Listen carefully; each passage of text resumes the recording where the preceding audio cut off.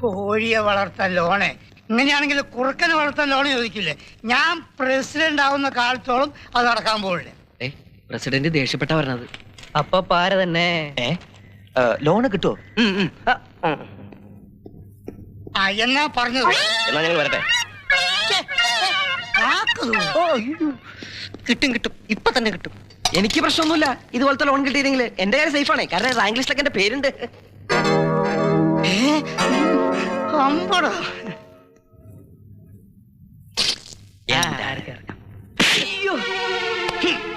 എന്താടാ പഞ്ചായത്ത് പ്രസിഡന്റ് എന്ന് പറഞ്ഞ കോളാമ്പിയോ? തുപ്പിത്തോപ്പിക്കണ തോന്നിവാസം കാണിച്ച പിന്നെ നാവുണ്ടാവില്ല, അടിച്ച് പല്യം കുളിക്കും. കള്ളത്തിരുമാലികളെ. നമസ്കാരം. നമസ്കാരം.